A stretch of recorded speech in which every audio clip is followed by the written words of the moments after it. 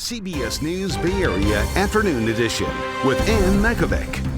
Thanks for joining us this Wednesday. We begin with breaking news on that Berkeley professor who was shot and killed earlier this month in Greece. His ex-wife has now been arrested and charged with his murder. That is according to Greek news outlets. It happened on July 4th in a suburb of Athens. Przemyslaw Jeziorski was there visiting his two children when he was shot multiple times at close range. Authorities in Greece accuse his ex-wife of arranging to have him killed.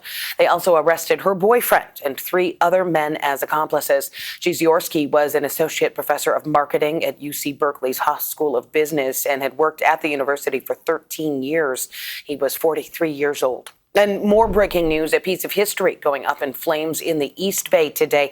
Firefighters knocked down a fire at the historic El Nido house. It's the oldest house in San Ramon. The roof and upper level of that structure seem to have taken most of the damage, with just the chimney left standing. That house was built in the 19th century by the Harland family at San Ramon Boulevard and West Side Drive. It had been at the center of a contentious debate recently on whether to restore the home and incorporate it into a new assisted living facility. That argument dating back to 2017, but it has been sitting vacant since then. The cause of that fire under investigation. This afternoon, Governor Gavin Newsom is going to be giving an update after visiting parts of Los Angeles affected by immigration raids. That comes after President Trump announced he is pulling about half of the National Guard troops he sent to L.A. during immigration protests last month. That is about 2,000 of the 4,000 troops there. The Pentagon says the withdrawal comes as the lawlessness in Los Angeles begins to subside. Governor Newsom sued to get rid of the troops weeks ago, but a federal appeals court let the deployment continue for now. Newsom and other California leaders are still demanding that all troops and Marines be withdrawn, calling the deployment political and a threat to wildfire response. California lawmakers moving forward on a bill that would ban police and federal agents from hiding their faces during arrests. That legislation is in response to federal immigration agents concealing their identities during raids. Senator Scott Wiener's No Secret Police Act requires officers to show a name or badge number while they're working. There are exceptions for SWAT teams, medical masks, and riot gear. ICE has argued that the masks are critical to protect agent safety. Backers of the bill say it's about transparency and safety for all. California suing the Trump administration over its decision to shut down a long-standing disaster prevention program. This is a multi-state lawsuit that claims ending FEMA's grant program for building resilient infrastructure goes against Congress's intent to fund it. State Attorney General Rob Bonta says shutting down the program is not only negligent, but also illegal. Climate change is real. It's here, and it's wreaking havoc on our communities. President Trump needs to pull his head out of the sand and protect the American people today and for generations to come. At the very least, he needs to follow the law. 19 other states have joined the lawsuit. That adds to the more than 30 lawsuits California has right now against the Trump administration. In May, you might remember, leaders in Pacifica joined Congressman Sam Liccardo urging the Trump administration not to cut that program, which is known as BRIC. They were looking to get a $50 million grant in funding for a replacement seawall, but that funding was slashed. The Trump administration called the program wasteful and ineffective.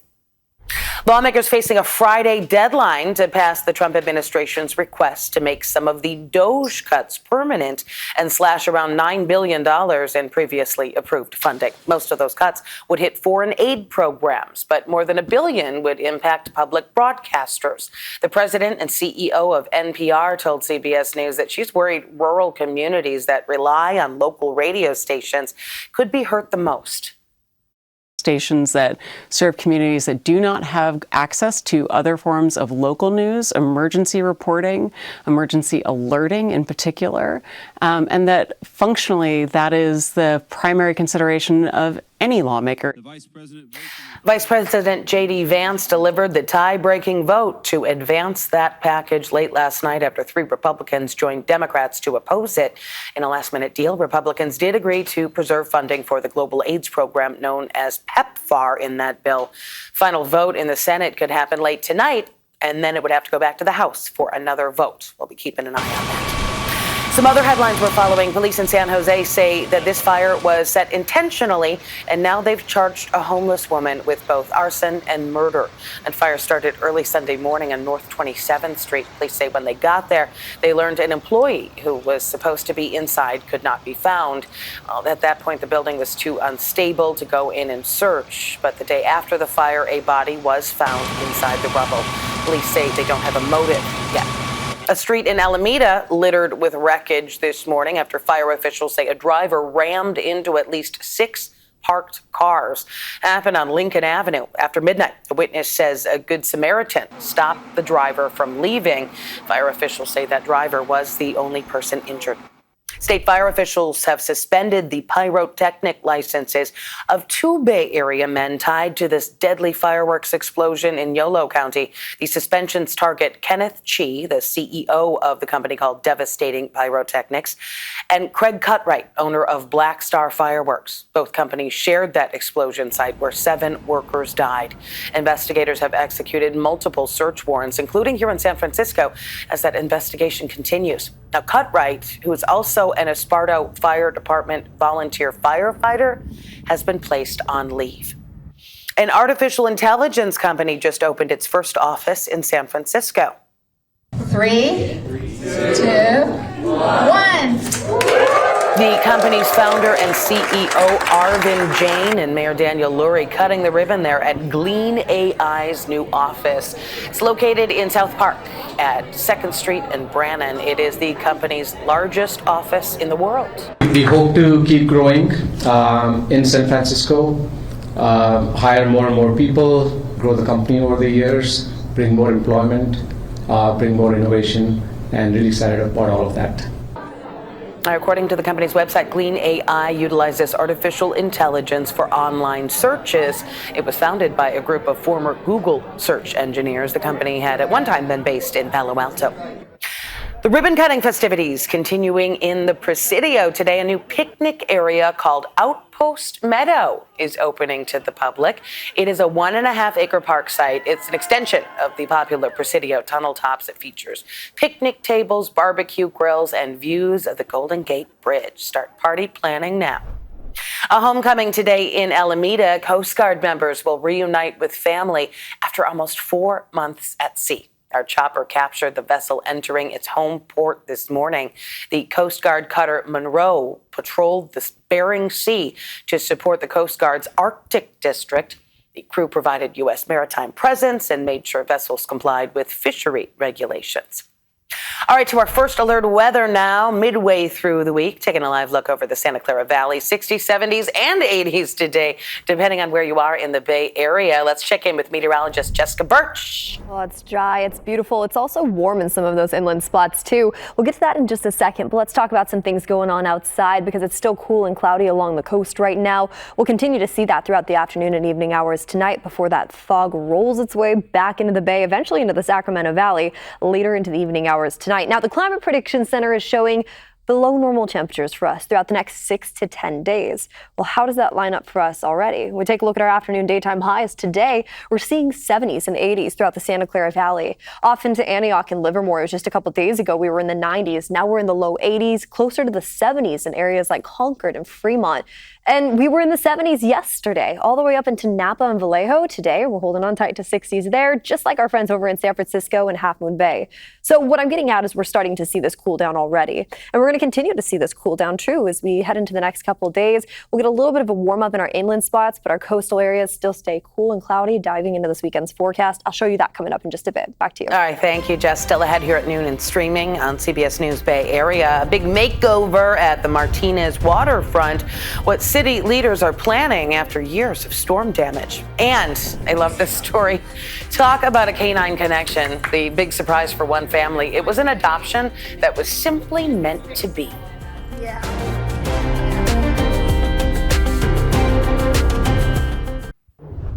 After years of flooding, storm damage, and mounting costs, city leaders in Martinez are pushing ahead with the plan to revamp the crumbling marina. At tonight's council meeting, leaders will unveil a new waterfront vision. We've learned the city of Martinez may team up with a private developer to rebuild the marina from the ground up. An East Bay family's new pet comes with a very surprising connection. It looks a lot like their last beloved dog. Our Amanda Harry has the story of a twist of fate that left a grieving family believing in miracles. Diggy, come here. Some connections come only once in a lifetime, but for the Reef family, it came twice. I don't think there was more of a true example of like love at first sight. That's how Jillian Reef remembers meeting her dog Ziggy back in April. It was just days after losing Rufus, who she described as her soul dog. Rufus was there for every milestone over the last decade of her life. We were engaged and Rufus was there. He actually had the ring tied around his neck. And when my husband and I got married, he was there. He was wearing a little tux and he was in City Hall pictures. And then when we had our children, so Maya and Benjamin, Rufus was actually the first family member to meet both of our kids, even before Grandma. Rufus passed away quickly and unexpectedly earlier this year, leaving the family heartbroken. That night, Reef's 6-year-old daughter, Maya, was looking at adoptable dogs. She stumbled upon Ziggy at Muttville in San Francisco and showed him to her mom. They both look like the same colors.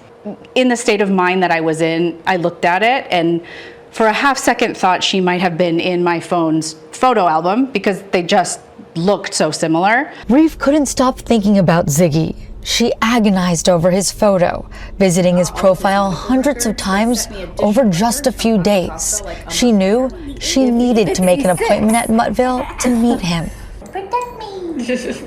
When Ziggy trotted through that little gate with the adoption counselor, and I could see that he was lumpy and bumpy and old and a little wobbly, which is what Rufus was when we lost him, I didn't have any questions. They committed to adopting him within minutes. After they took him home, the similarities became more apparent, including the way they communicated. We learned that probably hour 2 of him being here because he was hungry and we weren't moving quick enough. And suddenly from the corner, that very familiar, like warbling sound, my husband said, "Oh my God, is that Ziggy?" Reef decided to DNA test Ziggy, something they had done with Rufus back in 2017. She was at work when she got the results. It confirmed they were both rat terrier chihuahua mixes, but there was another tab that said relatives. Rufus was Ziggy's son, and I was so panicked in that moment. I think I probably shouted in my conference room. I know I made some kind of, it might have been an expletive, I don't know, but it was a lot of emotion. Rufus was about 15 years old when he passed. They estimate Ziggy is 16 or even 17 years old. Reef went straight home to hug Ziggy, grateful for this unexpected miracle. And this doesn't make sense, and I have to be okay with that and just accept it as the amazing gift that it is. It is an amazing gift for everybody involved. Rufus, Ziggy, that family. I just love it. Jessica, I gotta bring you in because I know you are equally in love with this story. Oh my gosh, it's just the sweetest. And like the coincidence, yeah, we're just grateful that happened. We're all grateful for them. Here's what's happening for us as we head outside. It is dog walking weather today, widespread throughout the Bay Area with 60s in the forecast, anywhere from Vallejo up into Napa, so significantly cooler compared to yesterday. 70s throughout the rest of wine country this afternoon. And then you make your way over into the East Bay today. We're back into the 80s near Antioch and Livermore, just the way we like it, because those 90s a couple days ago, it was just a little too much. Now we can get outside, get some fresh air, walk the dogs on an extra long walk, no big deal. And throughout the next 6 to 10 days, the Climate Prediction Center is showing below normal conditions for our daytime highs. Now, that's not going to mean that we're dealing with necessarily super chilly conditions, but it is worth noting that our daytime highs are sitting a little bit below average already, and we're going to continue to see that trend heading into next week. For example, San Francisco, across the Bay Bridge over in Oakland, mostly sitting in the 60s. We'll get one day of 70s in the forecast diving into this weekend as high pressure tries to build its way in, but then that changes right as we head into Monday and Tuesday of next week, so the work week goes right back to where we were this week. Now, you make your way over into our inland spots. That area of high pressure influences some of our inland areas a lot more so. And what I mean by that is today we're mostly sitting in the 70s. Notice that gradual warming trend day by day, especially with those sunny afternoons and low relative humidity diving into this weekend. That's what that system does for us. So we're going to jump into the 80s heading into this weekend and then right back down to low 80s into early next week. We'll have more on that coming up in just a bit. Back to you. Thanks, Jess. Still ahead, we all know animals adapt to make things easier. Now, this is definitely one of those examples, not bottlenose dolphins, but sponge nose. We'll explain coming up. Some dolphins overseas are showing us that they're even smarter than we think. Dozens of bottlenose dolphins in the waters off Australia are donning sponges on their snouts. Doing so protects their sensitive skin as they dig through rough sand and sharp rocks on the seabed to try to find hidden fish. Researchers say this rare behavior is called sponging, and only dolphins in Western Australia have been seen doing it. And so then once they've scared up a fish, they will drop the sponge off of the front of their face and they will go after the fish, grab it, pick up their sponge again, and keep going. Wild. Scientists say dolphins can sponge for hours, and they're now studying how it affects echolocation. That's the built-in sonar technique dolphins use to navigate the ocean. Researchers in Israel shook up the science world a few years ago when they discovered that plants can talk, and now they've learned that insects are listening. Scientists found that female moths can detect ultrasonic distress signals sent by tomato plants when they're dehydrated. High-pitched clicks act as warnings, telling insects to steer clear of stressed plants and look for safer places to lay their eggs.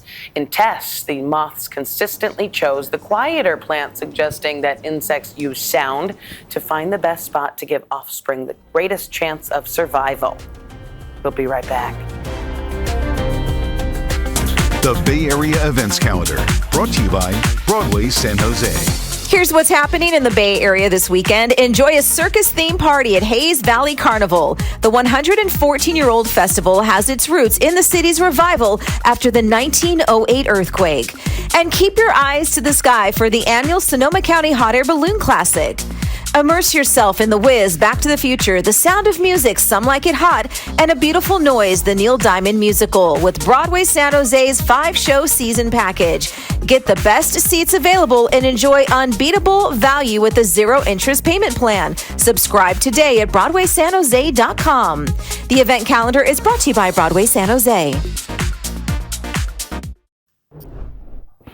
Well, you wouldn't want to cross that line. This is video in Iceland of a volcano erupting today. The magma stretching about a half a mile long. Officials say the eruption is considered relatively small. The nation has experienced a dozen eruptions since geological systems reactivated in 2021. All right, that is going to do it for the afternoon edition. Remember, we are streaming 24/7 on the free CBS News app.